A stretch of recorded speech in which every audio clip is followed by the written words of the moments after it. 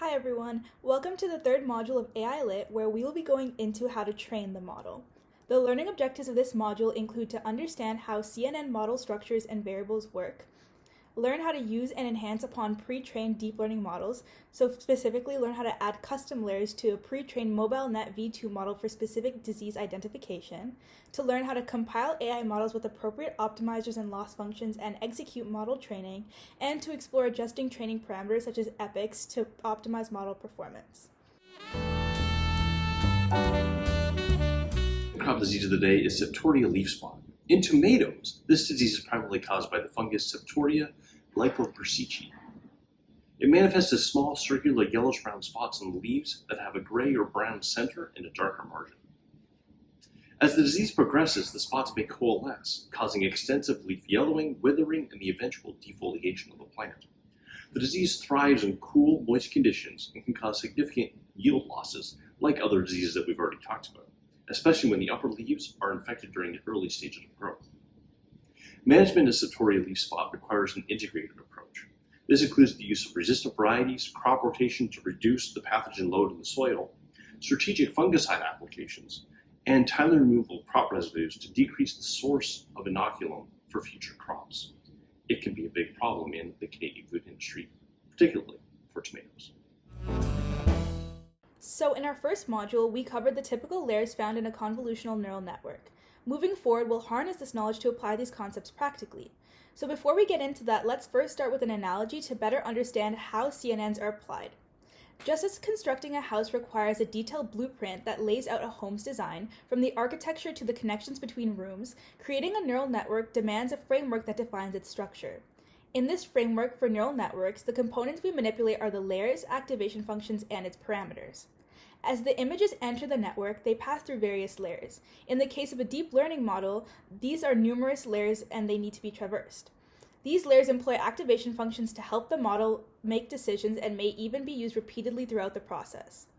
Adding more layers to the network is akin to increasing the complexity of a house's blueprint, allowing for more intricate and nuanced decision-making capabilities. However, there's a caveat. Much like how overcomplicating a house's design can lead to impracticality, stacking too many layers in a network can result in overfitting, a concept that we'll explore in the next module. Let's now get started with our first coding exercise, which is exercise 3.1, where we're going to be loading MobileNet V2. So as mentioned previously, the base model for our application is a pre-trained MobileNet V2 model, which is a feature extractor for a custom multi-class classification task in TensorFlow. This model is a lightweight structure that's suitable for devices with limited computational resources. So in our case, this is perfect because you can train your model quite quickly compared to hours and hours you'd have to wait to tediously wait for models with more data and different architectures to train. Since these layers already exist in this previous model, we won't have to wait as long to train our model to perform our task. So using this pre-trained model as a feature extractor and adding custom layers on top, as we will go into, allows for creation of a powerful image classification model that is tailored to a specific task with 4 classes in our case. So looking at this figure, we're looking at the process of how an image, in this case a leaf, is fed into a neural network architecture called MobileNet V2 for classification. So let's go into a breakdown of all the processes shown. In the beginning, we see the image is prepared for processing. This is usually involving resizing, normalizing, and possibly augmenting the data to make it more suitable for the neural network to process. Secondly, the processed image goes through several convolutional layers. Convolution is a mathematical operation that extracts features from an image, like edges or textures. And after convolution, an activation function like RealU, or rectified linear unit as we've discussed before, is applied to introduce nonlinearity, allowing for the network to learn complex patterns.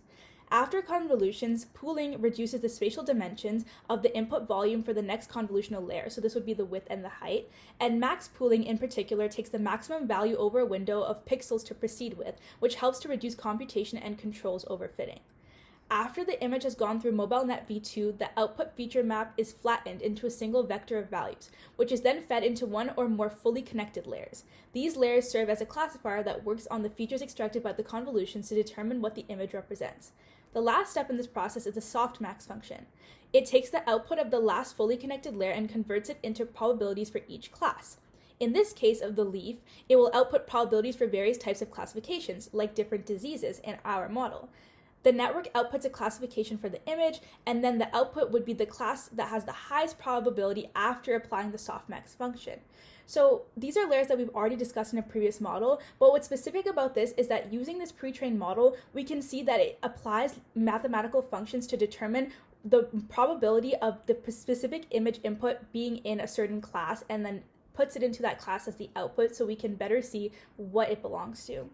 So now that we better understand the purpose of our pre-trained model, let's now go into the code that is actually required to load this model. The first 2 lines of code shown here load the MobileNet v2 model, which is pre-trained on millions of images to recognize important features. The first line, weights equals ImageNet, specifies that the model should be initialized with weights that have been pre-trained on the ImageNet dataset.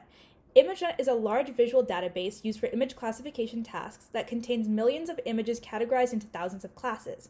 By using pre-trained weights, the model starts with a knowledge base learned from a broad set of images, which can significantly improve its ability to recognize and classify different types of images.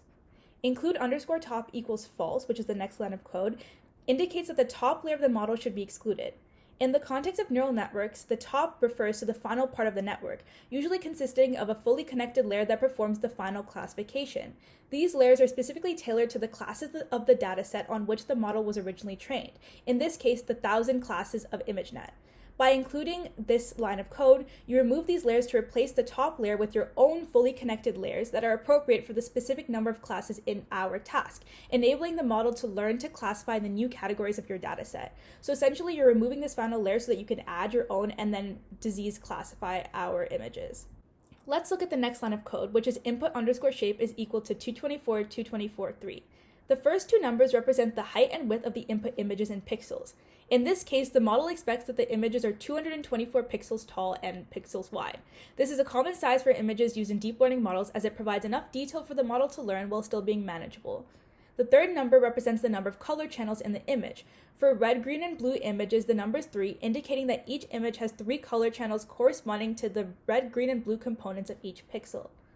Moving on to the last 2 lines of code, the loop through underscore base model.layer and setting layer.trainable equals false freezes the weights of all the layers in the base model.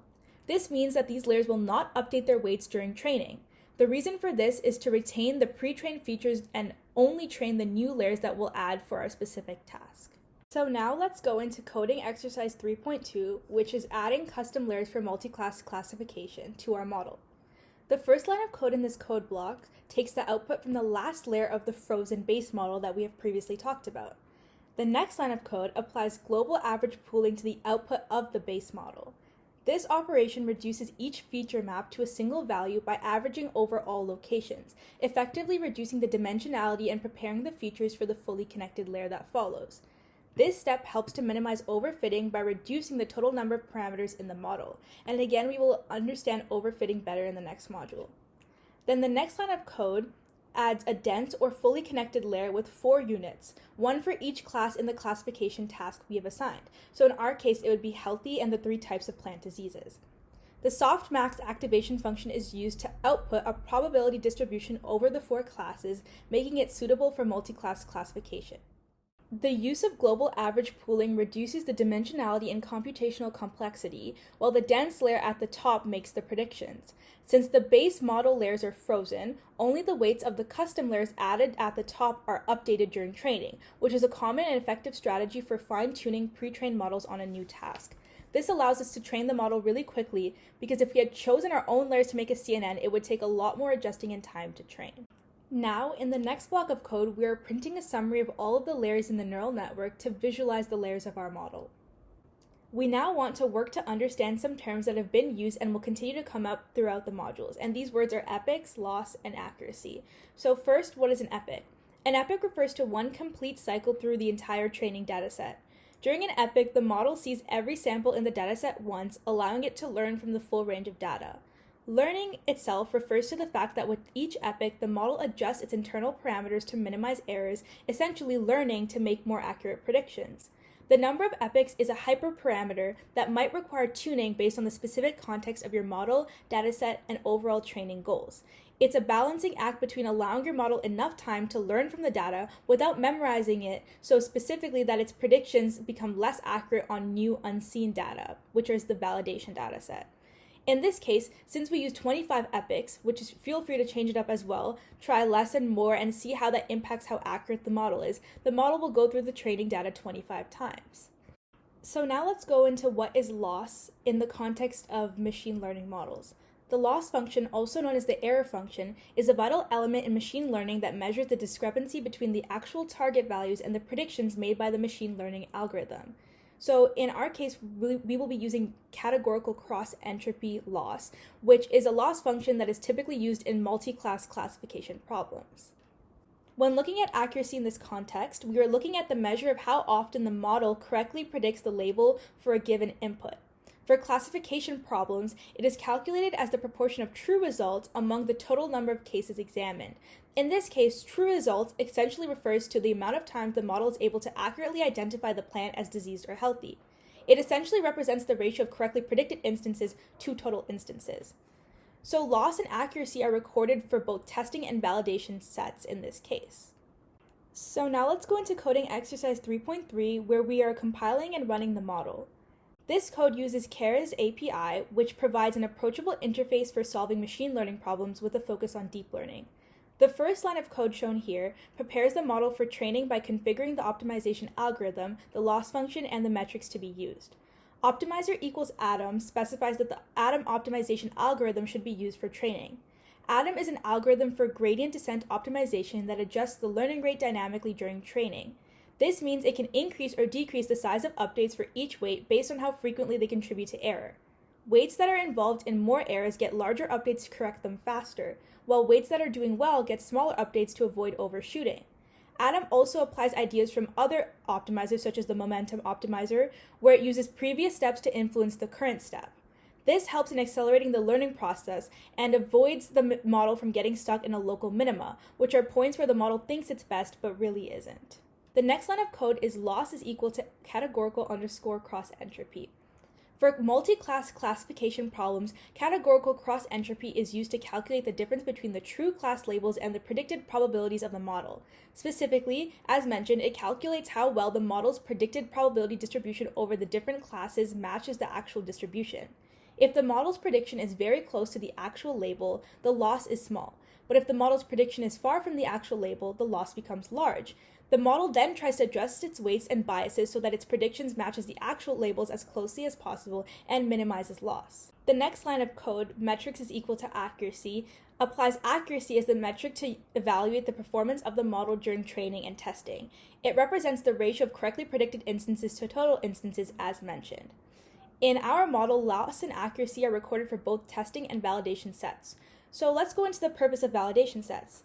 The model is trained on a training set, but the accuracy and loss are also measured on an unseen validation set. We use a validation set to evaluate the model's performance after each epoch, and this helps in assessing the model's generalization capability and can then be used to determine the methods for improving the model. So when it's trained on a training set, it's already seen these images, so if we want to test how accurate the model is in predicting diseased plants based on unseen images, we have to use the validation set, which contains images the model has never seen before. In this next line of code, which starts with history is equal to model.fit, we utilize the model.fit function, which is used in many machine learning frameworks such as TensorFlow to start the training process of the model. Within this function, the training and validation sets are inputted, as well as the specification of epochs to begin the training of the model. Again, in our code, we see that epochs is equal to 25, and in this case, since we use 25 epochs, and again, feel free to change this up as well, try less or more epochs and see how that impacts how accurate your model is, the model will go through the training set 25 times.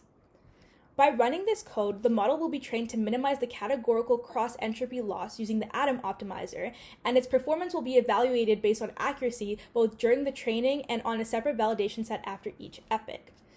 Looking at this video, we can notice how as the model iterates through epochs, the loss and accuracy values change for the training. These metrics help us evaluate the model's performance on the training and validation dataset. During and after training the model, keep an eye on the model's performance metrics, which are accuracy and loss, as it trains across epochs. We can see that the history function will contain a record of how the loss and accuracy change over the course of training. In the next module, we'll create a graph of these metrics over time to reveal whether the model is still improving, has plateaued, or is starting to overfit. So in this case, we can see that as we're going through each epoch, the loss and accuracy are changing. Specifically, the loss is decreasing and the accuracy is increasing and going closer to 1, which represents 100% accuracy.